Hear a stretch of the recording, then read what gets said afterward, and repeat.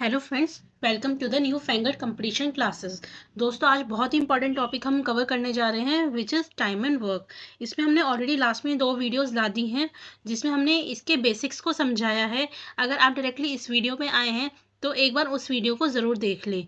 ठीक है, आइए आज स्टार्ट करते हैं। लास्ट वीडियो में हमने 3 क्वेश्चंस कवर किए थे, आज हम और क्वेश्चंस को कवर करेंगे।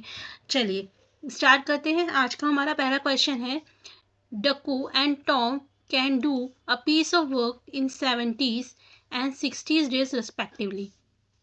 क्वेश्चन में कहा गया है कि डक्कू और टॉम किसी काम को 70 और 60 दिन में करते हैं।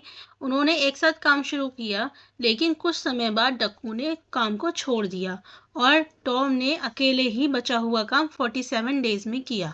कितने समय बाद डक्कू उस काम को छोड़ेगा? हमें ये क्वेश्चन को सॉल्व करना है। देखिए, इसमें हम क्या कर रहे हैं, हम बहुत ही इजी ट्रिक बता रहे हैं जिसमें आप क्या कर सकते हैं, with in 10 second 20 seconds question को सॉल्व कर सकते हैं। लेकिन ये आप तभी कर पाएंगे जब आपके कंसेप्ट जो होंगे वो क्लियर होंगे। जब इस तरह के क्वेश्चन आएंगे तो आपको क्या करना है, डक्कू किस काम को कितने दिन में करता है? 70 डेज में, राइट। टॉम उसी काम को कितने दिन में कंप्लीट करता है? 60 डेज में। तो दोनों मिलकर इस काम को कितने टाइम में, टोटल वर्क कितना हो जाएगा हमारा? 420।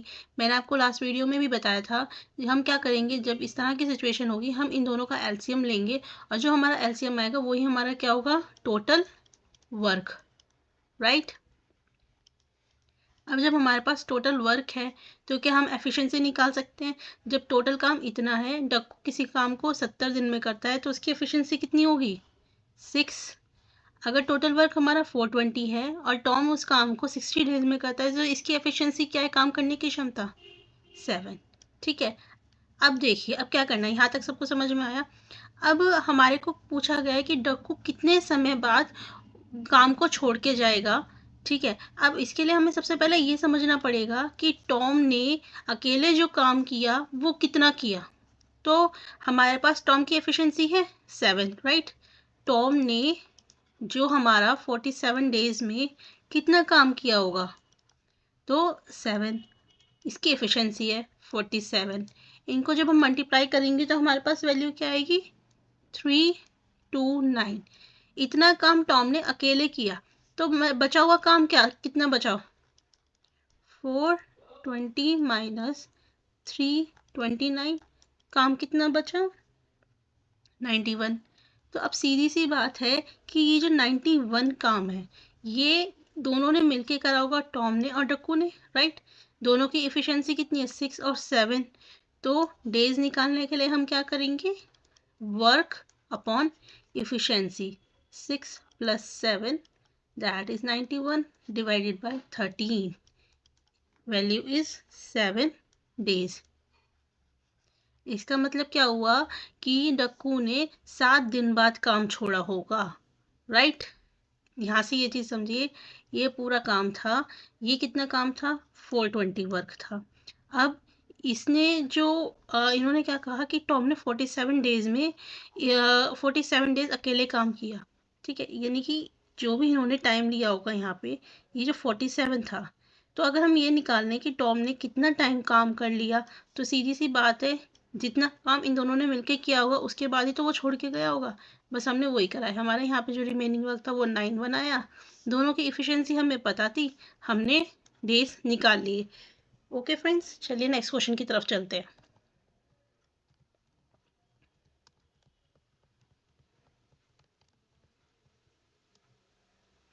हमारे इस क्वेश्चन में कहा गया है, इन द बिगनिंग, शुरुआत में राम किसी काम को इतने रेट पे करता है कि वो उस काम को 24 घंटे के अंदर कंप्लीट करता है। फिर उसके बाद उसने 16 घंटे काम किया। आफ्टर दैट, उसके बाद वो उसी काम को, पूरे काम को इस तरीके से करता है कि वो 18 घंटे में काम कंप्लीट कर लेता है। अगर राम को काम करना है स्ट्रेच में, यानी कि स्ट्रेच मतलब ज़्यादा टाइम में काम करना है, how many hours he will take to finish the work, तो वो टोटल कितना टाइम लेगा काम को कंप्लीट करने में? पहले वो 24 घंटे में काम कंप्लीट कर रहा था, फिर 18 घंटे में कर रहा था। तो यानी कि हम मान के चलते हैं राम का जो वर्क है पहले कितने के हिसाब से था? 24 घंटे के हिसाब से। फिर राम का जो वर्क है फिर किसके हिसाब से हुआ? 18 घंटे के हिसाब से। यानी कि वर्क कितना हुआ टोटल? 72। एफिशिएंसी निकाल लो। राम की पहले एफिशिएंसी क्या रही होगी और बाद में एफिशिएंसी क्या रही होगी। अब हमसे कहा गया है राम ने 16 घंटे काम किया।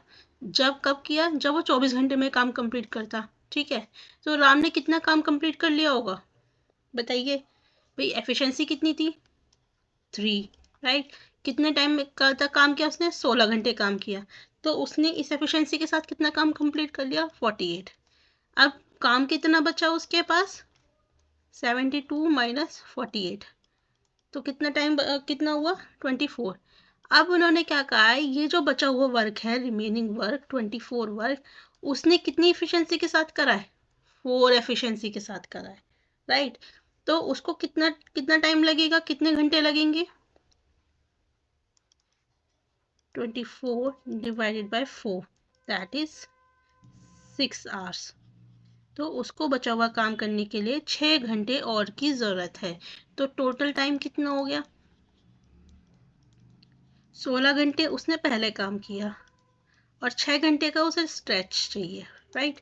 तो टोटल टाइम कितना हो गया? 22 आवर्स, करेक्ट। चलिए नेक्स्ट क्वेश्चन की तरफ चलते हैं। आशा करती हूँ सबको समझ में आ रहा होगा कि हम किस तरीके से क्वेश्चन कर रहे हैं। ओके, अब इसमें क्या कहा गया है, A can do a bit of work in 10 days। A किसी काम को 10 दिन में करता है, बी किसी काम को 15 दिन में करता है। ठीक है, उन्होंने फिर 5 दिन तक काम किया और जो बचा हुआ काम था वो सी ने अकेले 2 दिन में किया। अब हमारे को बताना है कि इनको तीनों को ये अमाउंट मिली तो किसको कितने पैसे मिले। चलिए यहाँ पे एक ट्रिक है बच्चों, जब कभी भी इस तरह के क्वेश्चन आएंगे तो सबसे इजी ट्रिक बता रही हूँ, इसको आप इसको समझ लेंगे तो आपको बिल्कुल भी मेहनत नहीं करनी पड़ेगी। इन्होंने क्या कहा गया है, जो ए और बी हैं उन्होंने 10 दिन और 15 दिन में काम कर लेते हैं। ठीक है, उन्होंने 5 दिन काम किया है, तो सीधी सी बात है उनकी एफिशिएंसी कितनी रही होगी? ए की एफिशिएंसी कितनी रही होगी? 5 दिन काम किया, कितने दिन में काम करता है? 10 दिन में, तो उसकी एफिशिएंसी क्या रही होगी? 1/2। बी की एफिशिएंसी कितनी रही होगी? 5 दिन काम करता है, 15 दिन काम किया, तो कितनी एफिशिएंसी रही होगी? 1/3। जब हमारे पास ए और बी की एफिशिएंसी है, क्या मैं सी की एफिशिएंसी निकाल सकती हूँ? बिल्कुल निकाल सकती हूँ। क्या आएगी? सी। बस हमें इसी की तो ज़रूरत थी। अब हमारे पास जब काम करने की क्षमता है कि किसने कितना काम किया, तो क्या मैं बता सकती हूँ कि किसको कितना अमाउंट मिला होगा? ए की अमाउंट कितनी होगी? 1/2 इंटू 4500, तो क्या आएगी? 2250। बी की अमाउंट कितनी होगी? 1/3 4500 इक्वल्स टू 1500, राइट। और सी की अमाउंट कितनी होगी? 1/6 4500 इज 750। और यही हमारे क्वेश्चन में पूछा गया था। So this is your answer. याद रखिएगा जब कभी भी इस तरह के क्वेश्चन आएंगे तो आपको इसमें कोई एलसीएम नहीं लेना, कोई वर्क नहीं निकालना, कुछ नहीं करना। हमेशा आपको डायरेक्टली यही फॉर्मूला अप्लाई करना है। ठीक है, इससे आपका क्वेश्चन बहुत जल्दी और इजीली सॉल्व हो जाएगा।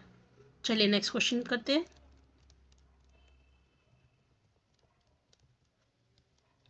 देखिए इस क्वेश्चन में क्या कहा गया है, A can do a bit of work in 25 days। A किसी काम को 25 दिन में करता है, बी उसी काम को 20 दिन में करता है। तो पहला काम हम क्या करते हैं? टोटल वर्क निकालते हैं, राइट। तो इसका टोटल वर्क कितना आ जाएगा? 100। इफिशिएंसी निकाल दीजिए। ए की इफिशिएंसी 4, बी की इफिशिएंसी 5, करेक्ट। अब इन्होंने क्या करा है, दोनों ने एक साथ 5 दिन काम किया है, तो 5 दिन में कितना काम किया होगा? दोनों की इफिशिएंसी को ऐड करेंगे और 5 से मल्टीप्लाई करेंगे, यानी कि उन्होंने 45 वर्क करा होगा, राइट। तो अब हमारा रिमेनिंग वर्क कितना बचा? 100 टोटल वर्क था, 45 उन्होंने कंप्लीट कर लिया, तो कितना बचा? 65 वर्क बचा, करेक्ट। अब इन्होंने कहा है कि उसके बाद 5 दिन के बाद ए ने काम छोड़ दिया, तो बी को बचा हुआ काम यानी कि 65 काम करने में कितना टाइम लगेगा। तो हमें पता है बी की इफिशिएंसी कितनी है? 5। बचा हुआ काम कितना है 65, तो बी को काम कंप्लीट करने में कितना टाइम लगेगा 65 divided by 5 that is 13 days. I hope आपको समझ में आ रहा होगा हम क्वेश्चन क्या कैसे सॉल्व कर रहे हैं। अगर आपको नहीं समझ में आ रहा तो हमने जो इससे पहले पार्ट 2 बनाया उसे जाके देखिए, उसमें बिल्कुल बेसिक से समझाया गया है। आपको वहाँ पे एक बार समझ लेंगे तो ये वीडियो आपको और अच्छे से समझ में आ जाएगी। चलिए नेक्स्ट क्वेश्चन की तरफ चलते हैं।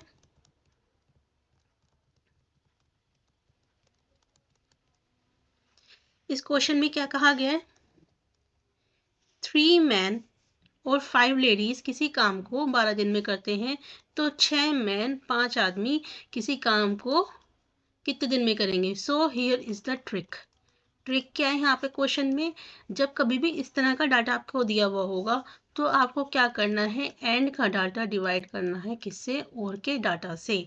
तो अब हमारे को पूछा गया है कि 6 मैन 5 लेडीज कितने टाइम में काम करेंगे। अब यहाँ पे एंड का डाटा हमारा का ये है, तो हम क्या करेंगे, मैन को मैन से डिवाइड करेंगे, that is 6 divided by 3 plus 5 divided by 5, ये लेडीज डिवाइडेड बाय इसकी लेडीज। ठीक है, इन्होंने कहा है कि ये कितने टाइम में काम करेंगे।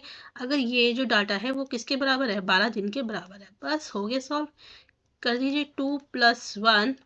ये ट्रिक है, जब कभी भी ऐसा क्वेश्चन दिया हुआ होगा तो आपको इसी ट्रिक से सॉल्व करना है, आप बहुत इजीली और बहुत जल्दी सॉल्व कर पाएंगे। ठीक है, so answer is 4 days, right. चलिए अब हमारा लास्ट क्वेश्चन रह गया।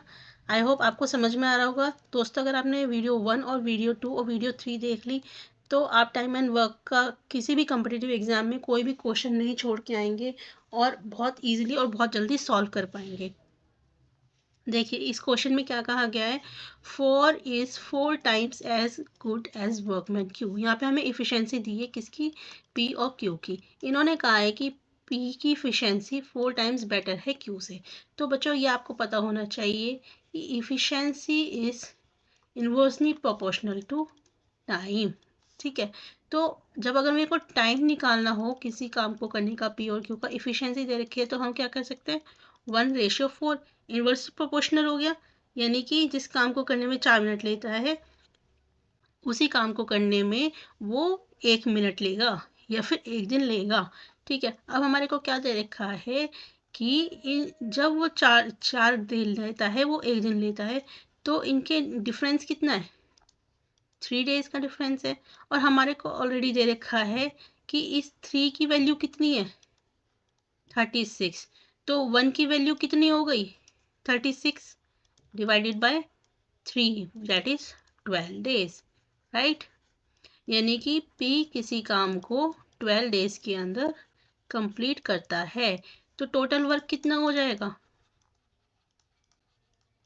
इफिशियंसी कितनी थी P की, 4 × 12।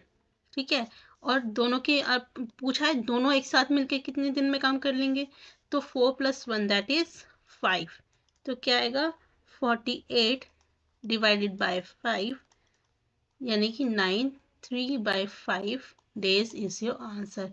दोस्तों अगर वीडियो अच्छी लगे लाइक एंड शेयर ज़रूर करें। मिलेंगे नेक्स्ट वीडियो में। Thank you.